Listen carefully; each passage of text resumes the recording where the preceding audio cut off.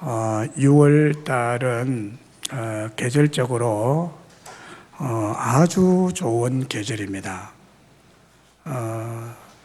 춥지도 않고 그렇다고 뭐 찌는 찜통 더위도 아니고 아주 계절이 참 좋죠. 그런데 우리나라는 이 좋은 계절에 북한 공산 정권에서 먼저 남침해서 비참하고 불행한 전쟁이 일어난 달이기도 합니다. 6.25 전쟁. 그 6.25 전쟁은 1950년 6월 25일에 발발했으니 올해로 74주년이 되는 해입니다. 오랜 세월이 흘러서 전쟁의 아픔도 그 역사적인 교훈도 잊혀져 가고 있는 실정입니다. 1950년 6월 25일은 주일이었습니다. 교인들은 새벽 기도를 마치고 오전 11시 예배를 준비하고 있었을 때 강원도 전방 지역과 서울 근교에 포성이 울려 퍼지더니 삽시간에 전쟁의 소용돌이 속에 빠지게 되었습니다. 이 전쟁은 남한은 전혀 준비되지 않은 상태에서 일방적으로 당한 전쟁이었기 때문에 초반에는 속수무책으로 밀린 전쟁이었습니다. 전쟁이 일어난 지 단 3일 만에 수도 서울이 완전히 점령이 되고 40일 만에 대구가 북한군에 의해서 점령되고 말았습니다. 이 부산만 남겨놓은 채 우리 남한은 완전히 북한 공산군에게 점령을 당하고 말았습니다. 1945년 8월에 일본군으로부터 해방을 받은 지 5년 만에 당한 일인데 북한 공산군은 5년간 전쟁 준비를 철저히 해서 남침을 했고 남한은 전혀 준비 없이 오합지졸의 상태에서 당했으니 맥없이 무너져 내리고 말았던 것입니다. 6.25 때 소련제 탱크를 몰고 38선을 넘어왔던 북한군 장교는 그때 전쟁 상황을 이렇게 말했습니다. 막상 전쟁을 시작하고 공격을 해보니 쇠망치로 쏨뭉치를 치는 기분이었다라고 했습니다. 칼로 무쓸기 같은 것이었습니다. 상대가 안 된다는 거예요. 그러니 북한에서 한 달 만에 부산만 남겨놓고 점령했으니 나라는 풍전등화, 바람 앞에 등불이었습니다. 그때 정치인들, 고위층 아들들은 군 복무에서 다 빠지고 백으로 다 빼내고 군대는 온갖 부조리로 썩어 들어가고 있었습니다. 이것을 아는 의식 있는 사람들이 불만이 많았다고 합니다. 군대뿐만 아니라 당시 정치인들조차도 정신 차리지 못하고 정치 싸움에 정신을 잃고 있었습니다. 그때나 지금이나 정치꾼들 싸움은 똑같습니다. 오늘날도 마찬가지죠. 정치 지도자들은 정치 싸움에 몰두하고 있는데요. 절대 그러면 안 돼요. 군대의 지도자나 정치 지도자나 교육계의 지도자나 종교계의 지도자, 특별히 우리 기독교의 지도자들이 정말 중요한 위치에 있는 사람들입니다. 지도자들은 정신이 부패하면 그 나라의 운명이 위태로워집니다. 6.25 전쟁 역사를 읽어보면 전쟁이 일어나던 날 새벽에 육군 참모총장은 전날 토요일 밤에 얼마나 술을 퍼마셨는지 아침까지 술이 깨지 않아 술에 취해 쓰러져 있었고 1950년 6월 25일 24일 저녁 국방부 장관이란 사람은 토요일 밤에 일요일까지 잠을 푹 자야 한다고 비상전화 코드를 다 뽑아버리고 잠을 잤다고 합니다. 38선 전방부대는 불바다가 되어가는 전쟁 상황에서 국방부 장관이 어디에 있는지 몰라서 허둥대며 전화도 불통이 되어서 찾아도 찾지 못했다고 합니다. 그러니 쇠망치로 쏨뭉치를 두드리는 기분이었겠죠. 다행히 유엔연합군의 인천 상륙작전과 후방의 연합군의 진격으로 그해 9월 28일에 서울을 도로찾고 그 여세를 몰아 10월 1일에는 38선을 넘어 10월 2일에는 북한 개성까지 한국군이 점령하고 10월 2일에는 원산을 점령하고 15일은 평양을 점령하게 되었던 것입니다. 이제 전세가 완전히 우리 한국군에게 기울어졌기에 계속 북진해서 11일에는 압록강을 비롯해서 백두산 밑에까지 북한 깊숙이 우리 한국군이 점령하게 되었습니다. 그해 12월이 되면서 30만 명의 중국군, 소위 중공군이 뜻하지 않게 북한 편을 들어서 밀고 내려오는 바람에 치열한 전쟁 공방전이 벌어지게 됐습니다. 이때 젊은 청년 군인들이 엄청나게 희생이 되었습니다. 결국 연합국의 제안으로 휴전하고 지금의 휴전선이 그어져서 남북이 극한 대치 상태에 놓여 있습니다. 이것이 우리나라의 실정입니다. 최근에는 북한에서 오물을 가득 담은 오물풍선을 우리나라로 띄워보내서 정규전이 아니지만 계속 도발과 공격을 가하고 있습니다. 지난 역사를 돌아보면 국가적으로, 사회적으로, 국방력 부분에서 허술하기 짝이 없었습니다. 그래도 이 남한의 자유 대한민국인 우리나라가 이렇게 안전하게 평화롭게 고도의 자유와 복지를 누리며 존립하고 유지되고 있는 것은 다름 아니라 애국가 가사처럼 하나님이 보호하사라는 절대 은혜에 의해서 가능한 것임을 믿습니다. 여러분 기억하세요. 우리 대한민국을 하나님께서 역사의 고비마다 위기 때마다 개입하셔서 우리나라를 친히 보호해주시고 지켜주시고 대적들을 막아 이기게 해주셨다는 사실을 지울 수가 없는 사실입니다. 여러분, 우리나라는 아직도 전쟁이 끝난 나라가 아닙니다. 전쟁 중에 있습니다. 역사관이 다르고 국가관이 다르고 사상이 다르고 가치 기준이 다르고 종교관이 완전히 다른 북한 공산주의와 첨예하게 대치 중인 휴전의 상태, 즉 전쟁을 하다가 잠시 쉬는 휴전의 상태이지 전쟁이 완전히 끝난 나라가 아닙니다. 그래서 휴전선이라 그래요. 간첩들이 계속 넘어와서 아무도 모르게 활동하고 있고 동해상으로 미사일 공격을 가하고 잠수함이 넘어오고 오물풍선을 띄워서 비상식적인 공격을 도발을 가하고 있습니다.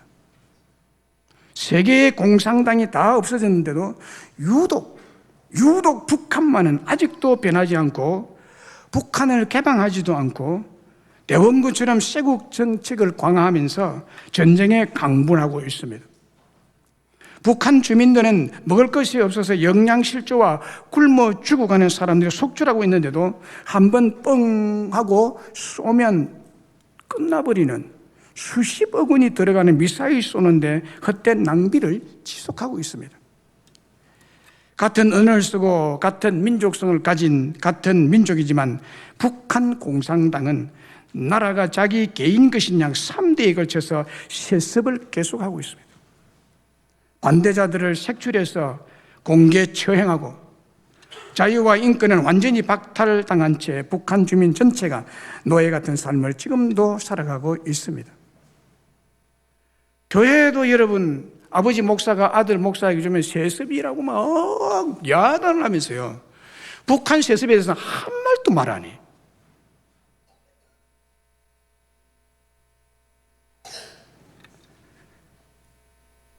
공산주의를 연구한 한 학자는 예수가 2000년 동안 만든 제자 수보다도 공산주의가 지난 50년 동안 얻은 숫자가 더 많다고 평가하고 있습니다.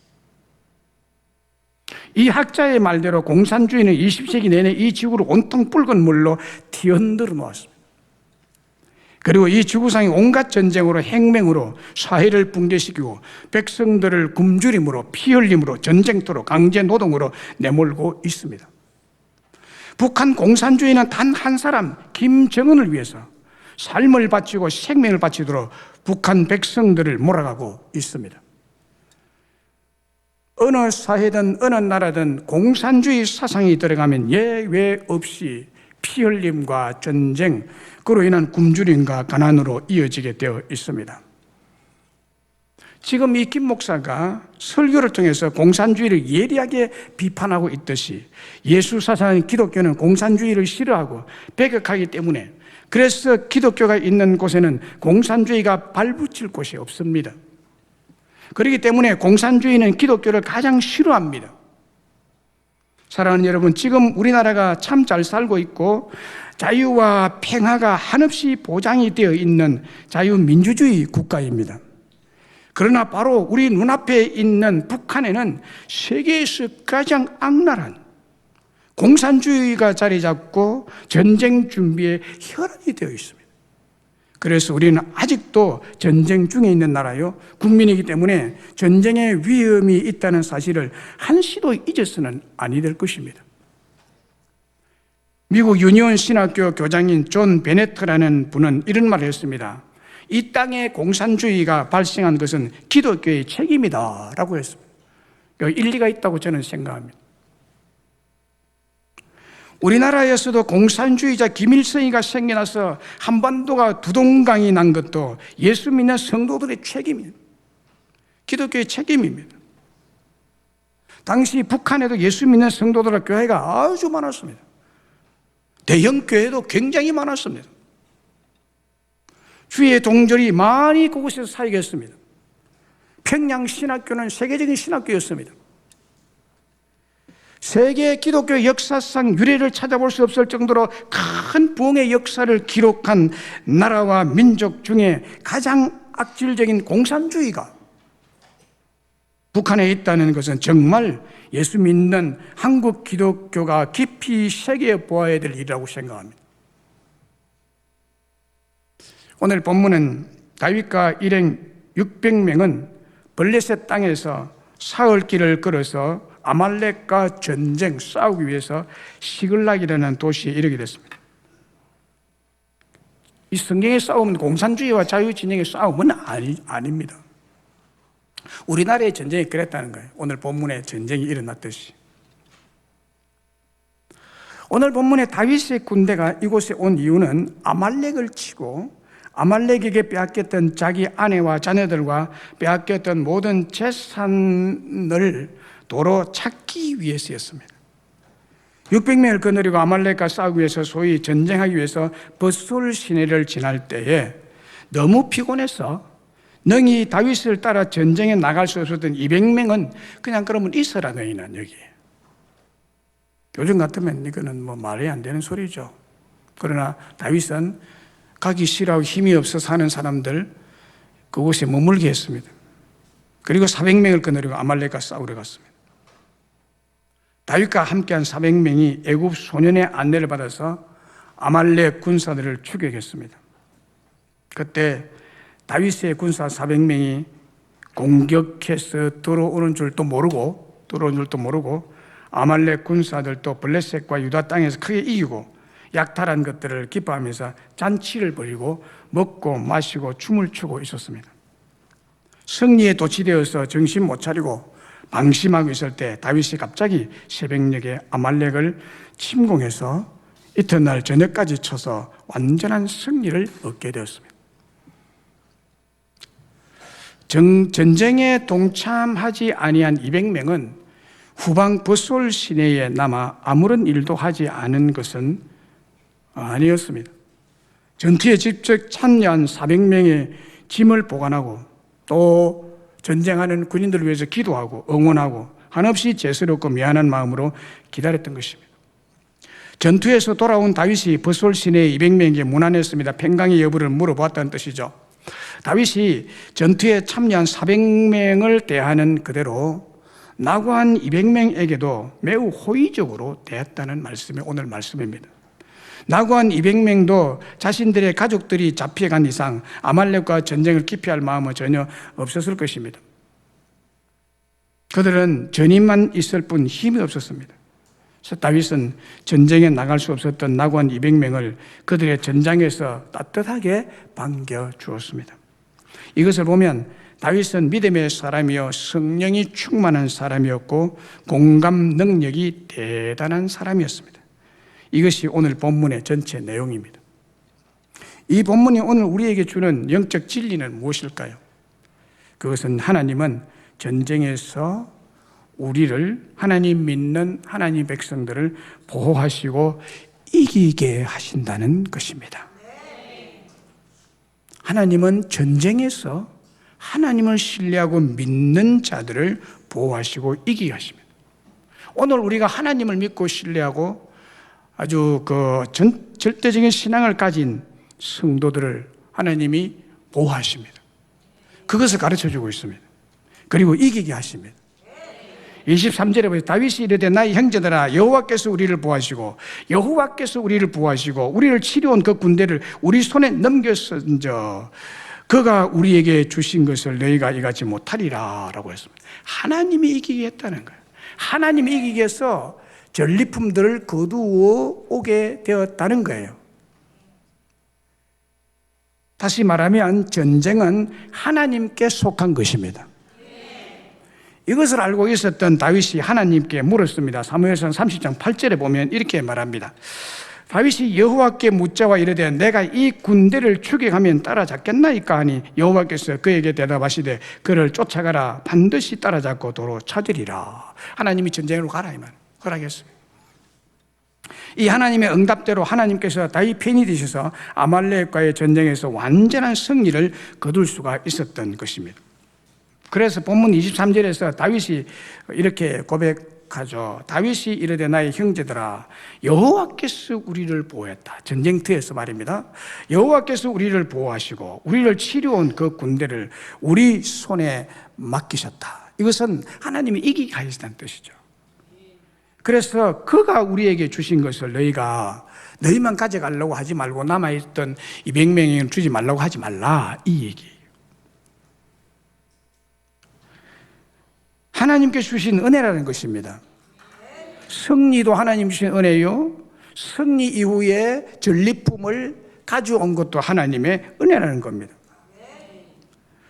사무엘상 17장 47절에 이런 말씀이 있죠. 또 여호와의 구원하심이 칼과 창에 있지 아니함을 이 무리로 알게 하리라. 전쟁은 여호와께 속한 것인저, 전쟁은 여호와께 속한 것인저 그가 너희를 우리 손에 넘기시리라. 하나님이요, 전쟁 때, 특별히 전쟁 때는 하나님을 의지하는 사람의 편에서 하나님이 이기게 하십니다. 뿐만 아니라 보호하십니다. 전쟁에 대한 다윗의 믿음이고 신앙심입니다. 전쟁은 여호와께 속한 것이라는 믿음으로 다윗은 전쟁에서 백전백승의 기록을 가진 사람입니다. 다윗은 전쟁에서 진 적이 없습니다. 왜냐하면 하나님께 전적으로 의지했던 거예요. 전쟁이 칼과 창에 있지 아니한 것을 알았어요. 여호와의 구원하심이 하나님의 손에 있다. 할렐루야. 역대하 20장 15절과 17절에 보면요, 이런 말씀이 있습니다. 아하시엘이 이르되 온 유다와 예루살렘 주민은 여호사밧 주민과 여호사밧 왕이여 들을지어다. 여호와께서 이같이 너희에게 말씀하시기를 너희는 이 큰 위로 말미암아 두려워하거나 놀라지 말라. 이 전쟁은 너희에게 속한 것이 아니요 하나님께 속한 것이라. 이 전쟁은 너희에게 속한 것이 아니요 하나님께 속한 것이라. 이 전쟁에는 너희가 싸울 것이 없나니 대열을 이루고 서서 너희와 함께한 여호와가 구원하는 것을 보라. 유다와 예루살렘아 너희는 두려워하지 말며 놀라지 말고 내일 그들을 맞서 나가라. 여호와가 너희와 함께 하리라 하셨느니라. 싸움에 전쟁에 하나님이 함께해서 이기게 하겠다는 이 얘기예요.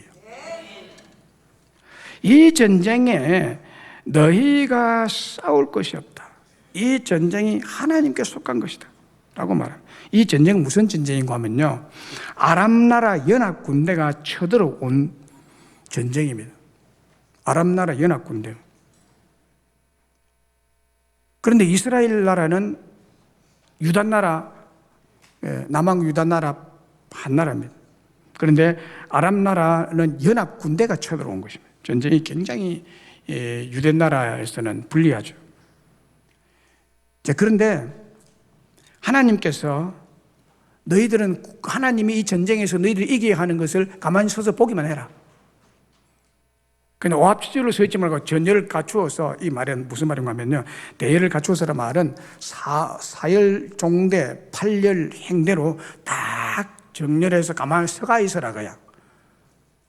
하나님이 친히 싸워서 이들을 다 없애겠다. 그런데 이 전쟁에 보면 여호와께서 매복하게 한 사람들이 거기서 다 죽는다 그래요. 그래서 그 전쟁의 결과를 역대하 20장 24절에 이렇게 기록하고 있죠. 유다 사람이 덜 망대에 이르러 그 무리를 본저 땅에 엎드러진 시체들 뿐이요 한 사람도 피한 자가 없는지라. 다 죽었습니다. 이스라엘 백성을 가서 칼과 창으로 죽인 것이 아니라 이스라엘 백성은 가만히 서 있었어요. 하나님이 매복자가 어디서 나온지는 그건 성경에 밝히고 있지 않습니다. 이들이 가서 다 쑤셔 죽인 거예요. 적군들을, 아람 군대, 연합 군대를. 그러니까 연합 군대가 누군가 모압 자손, 암몬 자손, 마온 자손들이 다 연합 군대가 돼서 아람 군대가 됐죠. 여러분, 전쟁에서요, 아무리 군대 수가 많아도 하나님께서 친히 유다 나라와 여호사밧 왕과 함께 하셔 싸우시니 아람 나라 연합 군대가 당할 수가 없고 몰살당하고 말았고, 그래서 유다 나라와 여호사밧 왕이 승리하는 축복을 누리게 된 것입니다.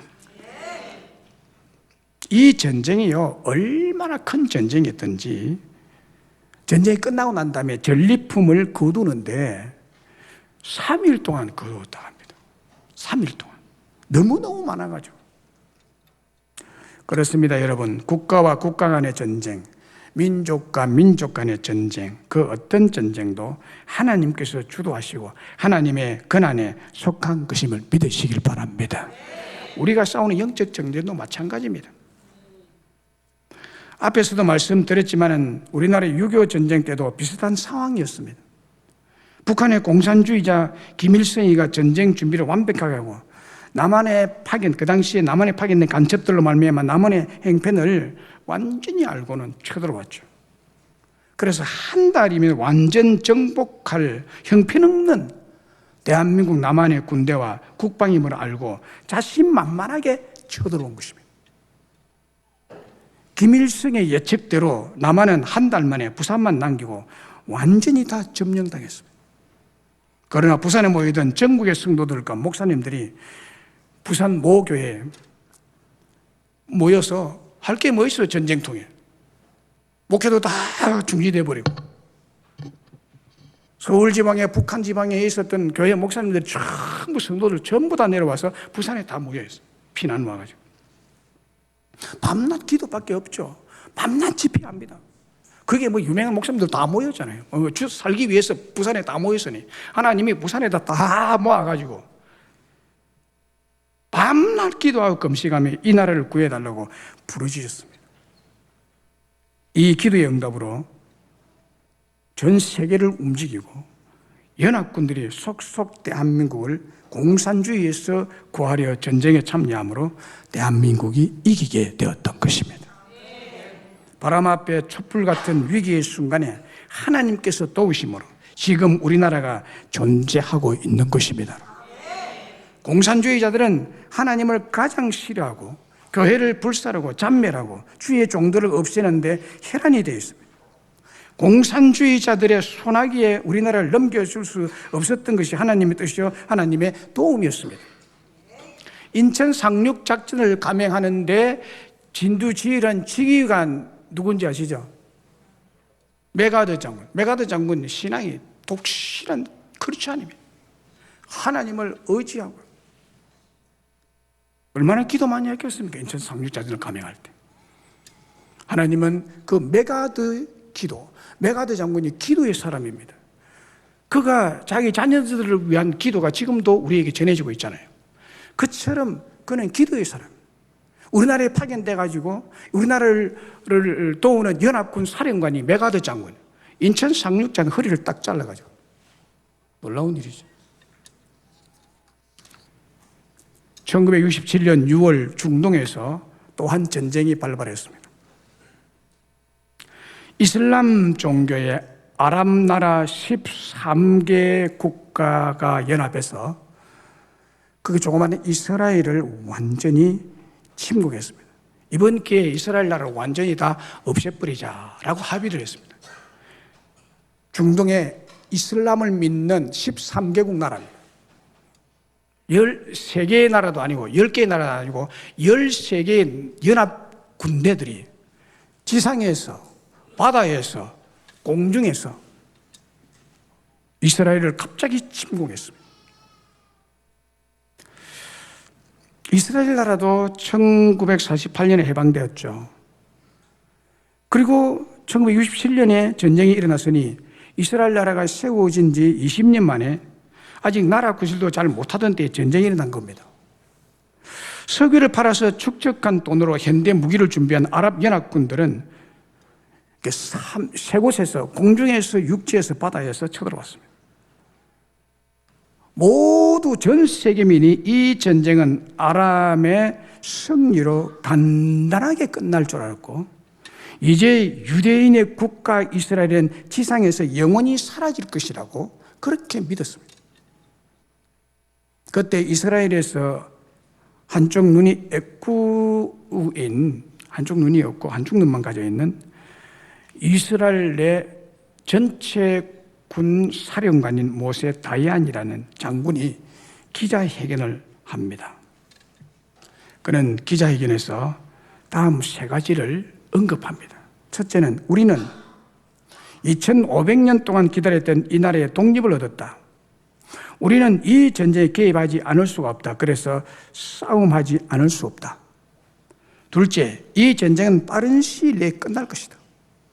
셋째, 우리는 전 세계에서 최고의 무기를 갖고 있기 때문에 이 전쟁은 우리가 승리할 것이다.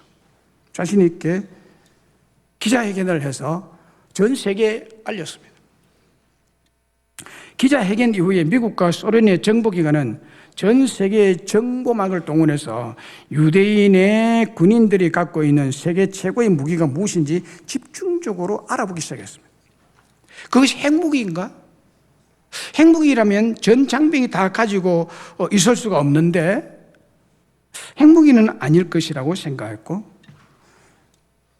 그런데 그것을 알 길이 없습니다. 의문만 더해갔습니다. 결국 이 전쟁은 6일 만에 이스라엘의 대승리로 끝나버립니다. 그래서 이 전쟁을 이름하여 6일 전쟁이라고 합니다. 전쟁이 끝난 후 모든 이스라엘 장병들이 지니고 있는 최신식 무기가 무엇인지 온 세계는 촉각을 곤두세워서 알기를 원했습니다. 드디어 그 무기가 공개되었습니다. 그것은 모든 장병들이 소지하고 있었던 포켓용 성경이었습니다. 성경은 하나님께서 영으로 임재해 계시는 하나님의 말씀입니다. 이스라엘 전 장병들이 성경을 소지했다는 것은 성경 자체가 능력을 발휘했다는 것이 아니라 하나님께서 그들과 함께 하셨고 그 전쟁을 하나님께서 주도하셨고 이기게 하셨다는 사실입니다. 이슬람 종교의 아랍 13개국 연합군대와 한나라 이스라엘의 전쟁, 인간적으로 생각하면 어느 나라 이길 것 같아요? 당연히 군사가 13배나 많은 아랍 연합군대가 이기리라고 추정이 가능한 거죠. 그러나 결과는 정반대였습니다.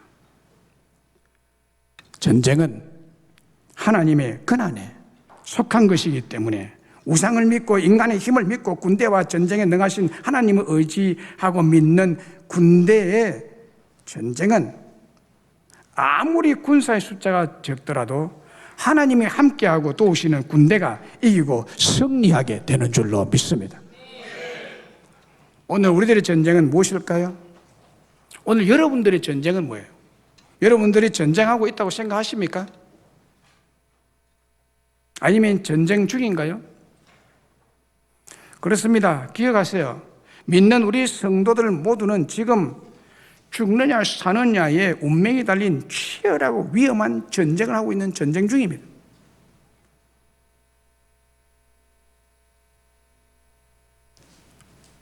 자, 무슨 말인지 잘 이해가 안 가시죠? 들어보세요. 북극 에스키모인들이 북극에 사는 늑대를 사냥할 때 주로 쓰는 방법이 있습니다. 늑대는 워낙 무서운 짐승이고 또 무리를 지어 다니기 때문에 좀처럼 잡히지 않고 굉장히 무서운 짐승대입니다. 그래서 에스키모인들은 칼에 피를 바르고 피를 굳히는 작업을 여러 번 반복해서 날카로운 칼날이 가리워지고 그것이 두꺼운 핏덩어리가 되게 해서 꽁꽁 얼립니다. 그래서 그 얼어붙은 얼음 덩어리 속에 날카로운 칼날이 들어있습니다. 그러면 칼에 자연스럽게 피냄새가 스며드는데 이렇게 만들어진 칼을 늦은 저녁 얼음 바닥에 다 꽂아 놓습니다. 그럼 늑대가요, 야밤을 틈타서 피냄새를 맡고 그 자리에 옵니다. 그리고 피냄새 나는 그것을 뭉치를 빨아보니까 너무너무 맛있거든요, 피가. 그래서 혓바닥으로 계속 핥아 먹습니다. 서로 때를 지어서 서로 먹으려고 몸부림치면서 부딪히면서 그것을 빨아먹습니다. 여러분들이 얼음을 많이 먹고 나면 입안이 얼얼해가지고 감각이 사라지죠.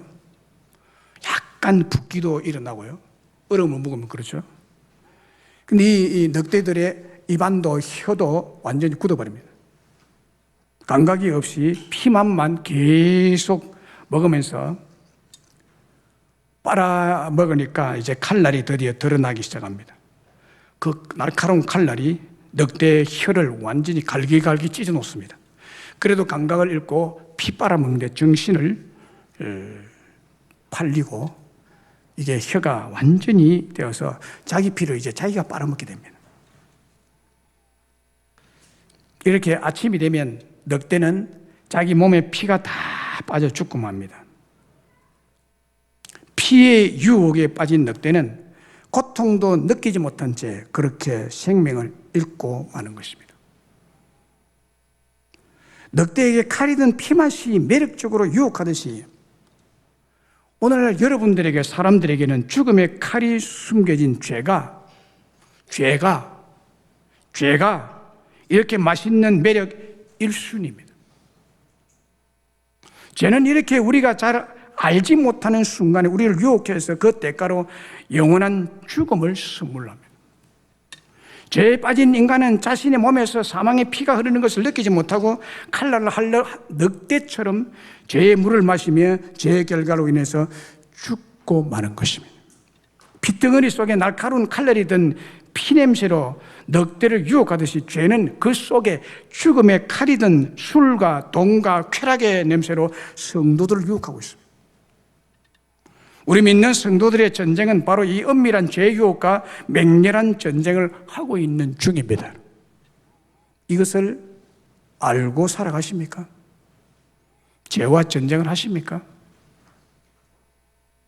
그러므로 한순간도 하나님을 외면하지 마시고 성경 말씀을 포켓에 소유하시고 하나님께서 위험한 전쟁에서 우리를 보호하시고 구원하시도록 믿고 맡기고 살아갈 때 전쟁에 능하신 하나님께서 우리를 구원하시고 보호하시고 이기게 하실 줄로 믿습니다.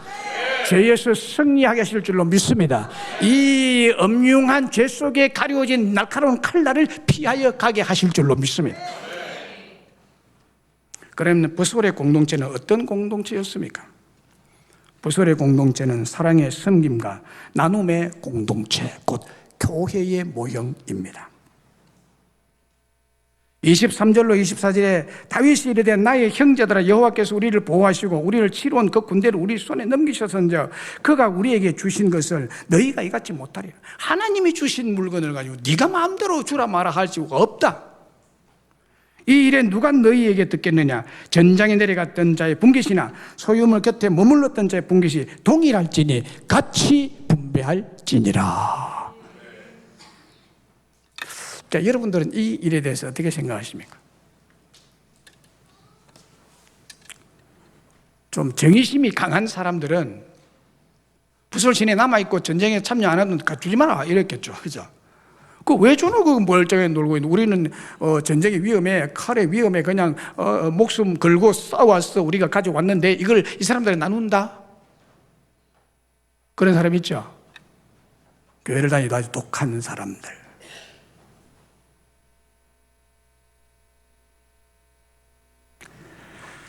다윗 군대 600명 중에 200명이 남아있고 400명이 아말렉 군대가 싸워 이겼습니다. 놀라운 기적 같은 전쟁의 승리죠. 하나님이 함께 했기 때문에 이런 기적이 일어난 것입니다. 400명으로는 아람 군대를 이길 수 없습니다. 그런데 이스라엘 군대를 이긴 거예요.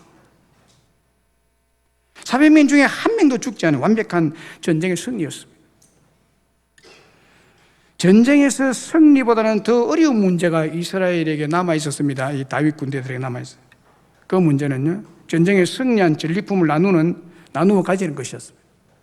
다윗이 낙오하여 전쟁에 참여하지 않은 200명에게도 전리품을 나누어 주려 하자 전쟁에 참여하여 죽을 고비를 넘기고 피를 흘리며 수고한 400명의 군사들이 악한 자와 불량배를 앞세워서 강하게 반발합니다. 같이 나눌 수 없다고. 전쟁에 참여한 사람에게 뭐가 그 전리품을 준단 말이냐. 뭐 이해 맞는 말이죠. 어떤 의미에서는.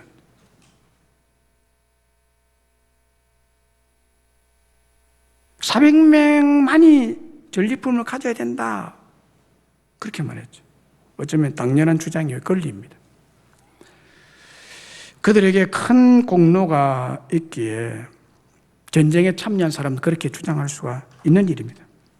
그러나 다윗은요, 아말렉에 대한 승리는 400명의 병사들의 전술 능력이 아닌 전쟁할 힘으로 이긴 것이 아닌 하나님의 능력 때문이었기에 봇솔 시내에 있던 200명도 동일하게 나누어야 한다라고 말한 것입니다.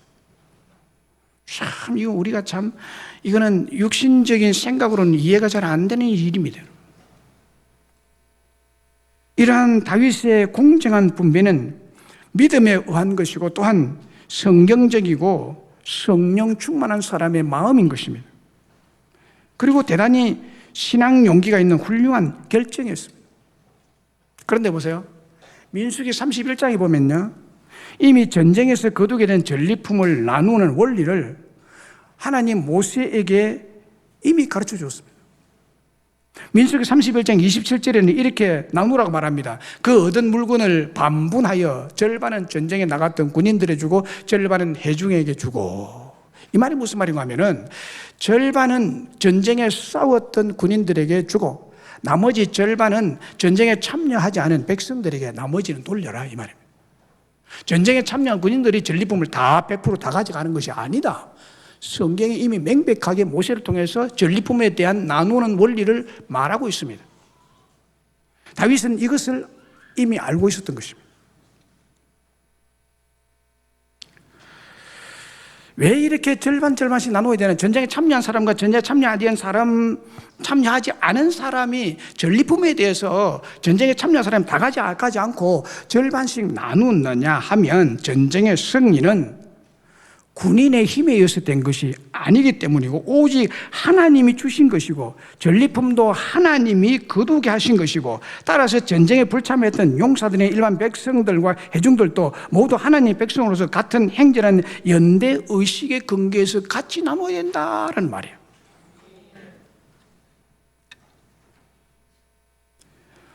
이 봇솔의 이 단체 공동체가 작은 전리품으로 인해서 깨지고 분열될 위험성을 생각하고 하나님께서 미리 원리를 가르쳐 주심으로 내부 전쟁을 막으시는 것입니다.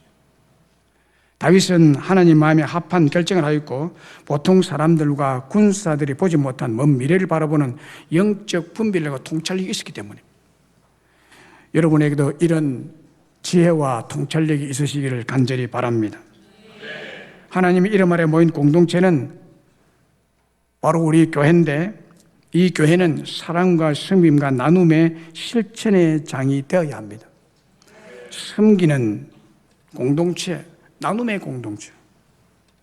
전쟁의 승리는 오직 하나님이 주신 것이며 전리품도 하나님이 허락하신 것이고, 따라서 전쟁에 불참했던 용사들도 모두 하나님의 백성으로서 같은 행제라는 연대 의식에 근거하고 있습니다. 작은 전리품으로 인해서 공동체가 깨지고 시험에 드는 것을 하나님이 원치 않으십니다. 여기 버솔은 오늘 우리의 교회입니다. 하나님의 이름 아래 모인 교회 공동체입니다. 교회 공동체는 나눔과 사람과 섬김의 그런 놀라운 일들이 일어나야 됩니다. 계속해서 일어나야 됩니다. 여러분 것이 아닙니다. 하나님이 가지게 해서 가진 것입니다. 하나님 허락 안 했다면 알거지로서 노숙자가 되어야 됩니다. 이것을 믿으십니까? 그런데 여러분 어떻게 하십니까? 내 소유 내 거라고 생각하시죠? 교회 헌금하는 것조차 아까워가지고 벌벌벌 떨고 있죠. 나누어 가지기는커녕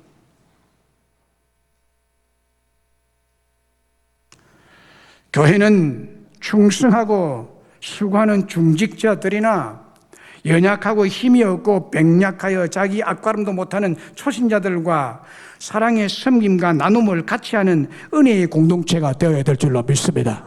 이것이 버솔의 공동체입니다. 이것이 진정한 교회의 모습입니다. 마태복음 20장 1절 16절에 보면 포도원 비유가 나옵니다. 포도원 주인이 이른 아침에 일꾼을 구해서 포도원의 품삯을 약속하고 일하게 했습니다. 일하다가 일꾼이 부족해서 오전 9시에 일꾼을 구해서 또 일하게 포도원으로 들입니다. 그래도 일꾼이 부족했습니다. 오후 12시에도 오후 3시에도 하루 일을 마칠 1시간 전인 오후 5시에도 일꾼을 구해서 일하도록 포도원에 들여보냅니다. 하루 일을 다 마친 후에 하루 품삯을 일꾼들에게 계산해서 주었습니다. 이 포도원 주인이 제일 뒤에 온 사람부터 품삯을 줍니다. 제일 뒤에 온 사람, 1시간 일한 사람에게 하루 품삯 한 데나리온을 주었습니다. 그리고는 3시에 온 사람, 12시에 온 사람, 오전 9시에 온 사람, 새벽같이 7시, 오전 7시에 온 사람까지 품삯을 주는데 똑같이 1시간 일한 사람이나 오전 7시에 와서 오후 6시까지 11시간 동안 일한 사람에게나 똑같이 한 데나리온을 주었습니다. 자, 여기서 누가 불만이 많겠어요? 추론이 가능하죠? 아침 7시부터 하루 종일 일한 사람이겠죠. 그래서 1시간 일한 사람이 한 데나리온 주는 걸 보니까 자기는 하루 종일 일했으니까 많이 받겠지라고 기대감을 가지고 기다렸습니다. 그런데 한 데나리온밖에 안 줍니다. 하루 품삯입니다. 얼마나 불만이 많았겠습니까? 그래서 왜 우리에게는 이밖에 주지 않느냐고 아닌 게 아니라 불만을 터뜨립니다. 마태복음 20장 11절로 12절에 이렇게 불평하고 원망합니다. 받은 후 집주인을 원망하여 이르되 나중은 이 사람들은 1시간밖에 일하지 아니하였거늘 그들을 온종일 수고하며 더 일했겠는데 우리와 같게 하였나이다. 참 이상하죠. 예수님이 비웁니다. 버솔에서 다윗의 군대 400명이 전쟁에 나와서 피 흘리면서 위험을 무릅쓰고 전쟁에 이겨서 전리품을 가져왔습니다. 그런데 200명은 거기에서 앉아서 그냥 전쟁도 안 하고 앉아 있었죠. 그런데 이것을 같이 나누라고 한 이익이 불만이 나오겠죠. 전쟁에 참여한 사람들은. 여러분, 교회가 바로 이런 구조입니다. 열심히 교회를 위해서 일하는 사람, 손톱 하나 손가락 하나 까딱 안 하고 주일만 예배드리고 달랑 가는 사람, 이렇게 되어 있습니다. 열심히 충성하는 사람들이 교회 손 하나 까딱 안 하는 사람을 향하여 불평, 불만이 많죠. 그러면 안 된다. 이거는 악한 사람과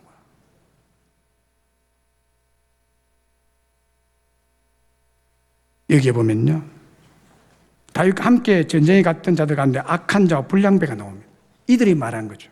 이들에게 주지 마라. 전쟁에 안 나간 사람 주지 마라. 악한 자와 불량배라고 말합니다. 다윗의 군사 중에 어떻게 악한 자와 불량배가 있었을까요? 이건 그렇게 표현하는 것입니다. 자기들만 가지고 가겠다고, 자기 공치사에 대한 대가만 가져가겠다고, 거기에 공이 없는 사람들은 아무것도 주지 말고 그냥 빈손으로 돌려보내라고 한 사람들은 악한 자 불량배라는 거예요. 여러분, 교회 생활하면서 지금까지 어떤 마음을 품고 교회 일을 하고 왔습니까? 주일 하루 예배만 오는 사람들을 향하여 어떤 마음을 가지고 계십니까? 오늘 이 시간은 같이 반반씩 나누는 시간입니다. 이게 교회입니다. 여러분만 다 가져가려고 욕심 부리면 안 돼요. 나누고 섬기는 붓솔교회가 참 교회입니다. 우리 교회는 초대교회 같은 원행의 모습을 닮아가고 갖추어 가야 될 줄로 믿습니다. 연약한 자를 도와줍시다. 힘겨워하는 자들을 쉬게 합시다. 힘 있는 자들이 더 열심히 일합시다. 더 많이 전도합시다, 여러분. 더 많이. 그렇다고 해서 자기 공치사로서 더 많은 특혜를 누리려고 하는 것은 아닙니다. 같이 나누어야 됩니다. 절반씩 나누어야 됩니다. 이것이 하나님의 교회의 원리라고 성경은 우리에게 밝혀주고 있습니다. 저는 이 말씀을 보면서 여러분들에게 이것을 말하고 싶습니다. 참된 부솔교회는 섬김과 나눔의 공동체였다. 여기에 대한 불평, 불만이 없어야 됩니다. 이 믿음이 연약한 자들을 여러분들이 잘 이렇게 세워주고 도와주고, 여러분들이 수고하고 힘겹게 위험을 무릅쓰고 많은 헌금을 손 치더라도 그것이 내 것이 아니라 여호와 하나님께서 너를 도와서 너희에게 이것을 준 것이지, 그래서 네가 네 것이라고 네 다 할 것이냐? 그게 아니다. 나누어라 라고 말하는 것입니다. 재산이 얼마나 됩니까? 좀 나누세요. 혼자서 가지고 갈 상 싶습니까? 인간은 공술의 공수도입니다. 빈손으로 왔다가 빈손으로 가게 되어 있습니다. 하나님의 복음을 위해서, 교회를 위해서 우리 같이 나눕시다. 이게 하나님의 원행의 모습이에요. 일하는 사람이 안 하는 사람이나 공정하게. 여러분, 자기 공로 의식에 사로잡히지 마세요. 자기 공로 주장하지 마시고 공로의 대가만 바라는 종교인이 되어서는 안 될 것입니다. 말씀했습니다. 6월은 우리에게 있어서 전쟁에 있었던 아픈 역사를 가진 달입니다. 그래서 제가 이 전쟁에 대한 본문을 선택한 것입니다. 교회가 이 전쟁에 대해서 어떻게 생각이 들겠냐는 거예요. 전쟁은 여러분 하나님의 주권에 속한 것이고 전쟁의 승패도 하나님의 뜻에 달려 있다는 사실을 믿고 신앙생활을 하시기를 간절히 바랍니다. 그래서 오늘 본문을 통해서 하나님은 무서운 피비린내 나는 전쟁에서 우리를 보호하시고 이기게 하시는 분임을 말씀드렸습니다. 그리고 오늘 우리들이 직면한 영적 전쟁에 대해서 말씀드렸습니다. 그것은 바로 우리의 전쟁은 죄와의 전쟁입니다. 죄와 피비린내 나는 피나는 전쟁을 하셔야 됩니다. 피 흘리기까지 죄와 싸우시기 바랍니다. 죄는 너무나 무서운 유혹이기 때문에 오직 하나님만 바라보고 전쟁에 나가신 하나님을 철저히 믿고 진리대로 살아갈 때 죄와의 전쟁에서 승리하게 될 줄로 믿습니다. 버설이라는 공동체는 오늘 교회의 공동체입니다. 이 공동체 안에는 크게 두 부류가 존재하죠. 전쟁에 참여한 사람과 참여하지 않는 남은 자들의 두 그룹입니다.